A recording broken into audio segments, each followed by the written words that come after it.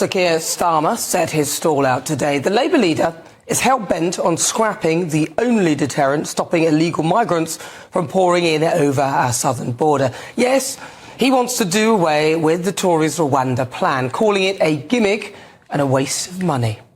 £600 million for a few hundred removed. That is gesture politics. And Britain can do better. Labour will do better.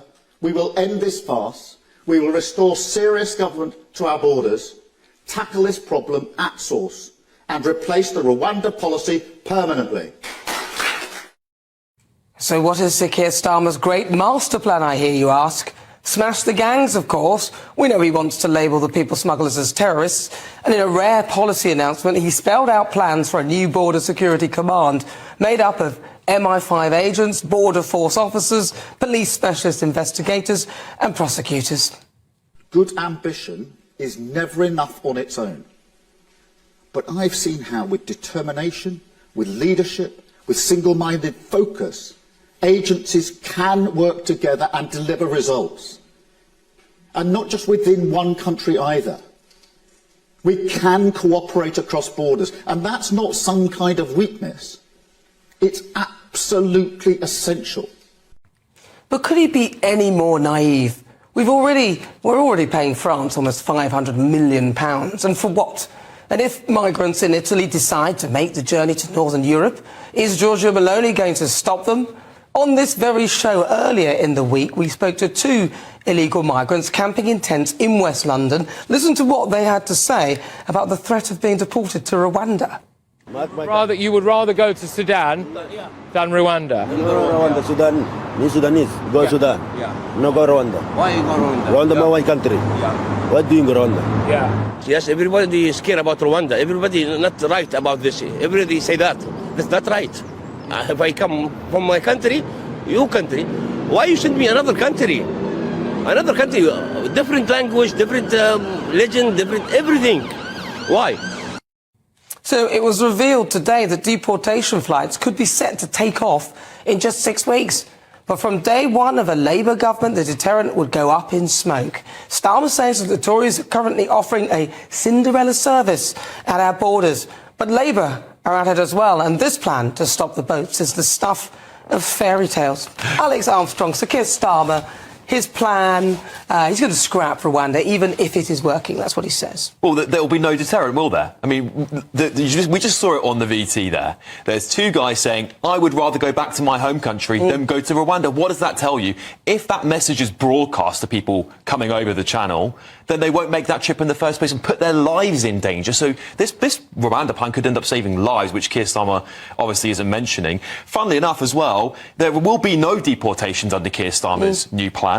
And it sounds like this new command unit is very similar to the one that Oxford University have also highlighted, which is the current small boats operational command that exists today. Well, this already works. This is already in place. So what is new here is that he's saying MI5 are going to get involved. Well, what are they going to do? Go into a foreign country and start an illegal war and start going after these gangs undercover? I mean, come on. This whole plan that Keir Starmer's got sounds strong and it sounds tough because he's using words like MI5, James Bond. It sounds very sexy. But it's not going to deliver. Even Oxford University saying it's unlikely to be a game changer. And on top of that, we've lost our deterrent. Joanna Jaji. At the end of the day, it does up the ante a bit if you do get MI5 involved. I'm not saying that there aren't already things in place. But obviously, if you're a sitting government and you can call upon different forces within the country and also have that autonomy and influence potentially to sit around the table with other partners across Europe, for example, then it could potentially work. And I just think that, you know, you've got to start by actually tackling this at the root rather than, for me, I feel like Rwanda might work for a little bit. You know, I'm not kind of scared to admit that, but there's only a certain number of people that you can send to Rwanda. And when you've got over 370 million... But should he get rid of it, though? If you, as you said, it might work for a bit. Should he be saying that he's going to get rid of it? After all, if somebody fails asylum, there is no other country to send them to. So if they fail asylum, they can't be sent back to their home country. A third country will have to be part of the mix. Where is he planning to send people? Well, I think that if he's a strategic leader and he actually tackles this the right way, then he will look at cost-benefit analysis. You know, he'll sit and think, OK, so it might work for a bit and it might work as a deterrent, but is it actually worth spending 370 £70 million on This is the same, a small number of This is the people. same Labour Party who go, oh, Britain, the tiny little nation, that doesn't mean anything anymore. We're such a small little island, we need the international community. This is the same Labour Party saying that now we're going to be the ones to stop the small boats. Are we hell? We are not. Haven't got the, according to Labour activists, to go into these countries in Africa do you think tackle these migration. Is he making a valid point, though? He's talking about... No, I think what he's doing, it's called politics, really. He's planning what's going to happen in 6 weeks' time when the first flights, we're told, are going to take place to Rwanda. Now, he's guessing, I think probably correctly, that it's going to be a messy business. There's going to be a tremendous amount of legal activity, a lot of demonstrations and so on. So instead of finding himself in that position where suddenly people turn to him, what about you? What are you going to do? He already prepared the ground. We also regard illegal immigration as an extremely important issue. We've been talking about it for 6 weeks. So, I mean, he's preparing that particular argument. And what the mistake is often to imagine that people are sort of taking all these things down, then they're saying, yes, but if he was in power. It's not to do with power. We're in the middle of an election campaign. It's in slow motion.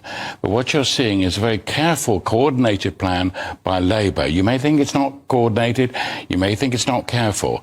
But they're trying to lay down their position on the assumption that it's going to be a messy business. Now, I think that's pretty shrewd. He is shrewd. He is very shrewd. But the point is that where is he going to send people who fail asylum? It's all very well in being shrewd and knowing that it's an election, so he's campaigning. Back to their That's quite country. important. Where is he going to send country. He's not Prime Minister. Back to their country. Like, he's not... But not everybody can go back to their country. So if somebody fails asylum, so for example, somebody from Afghanistan, you can't send them back to Afghanistan. Yeah, but so where will you send them? If you're going to get rid of Rwanda and a third country, where are they going to go? But assuming that assumes... I'm just asking Joanna. Joanna, answer that. Hold on. I'll come back to you. Right, but it assumes it's going to work, though. You're assuming it's going to work. But you need a third country, so where will they go? Well, I think that will be in very, very small cases. I think where it's will they completely go? different. Where will they go? There'll be other opportunities for him to send people to other countries, but I think that argument, specifically talking about Rwanda, about people who haven't even been processed yet, that is different. When you're making a legal case for where you're going to send people and the third country, I think he'll be able to get that over the line without half the country even being able to notice where these people are going. What's he going to do with the people he's currently got here as well? I mean, what's happening with them? Is he just going to, is it going to be an amnesty where they're just going to go through now? No, you've got to, it's for the sake of argument, this is an election campaign where the leader of the opposition doesn't have to provide all the answers. He's not in charge.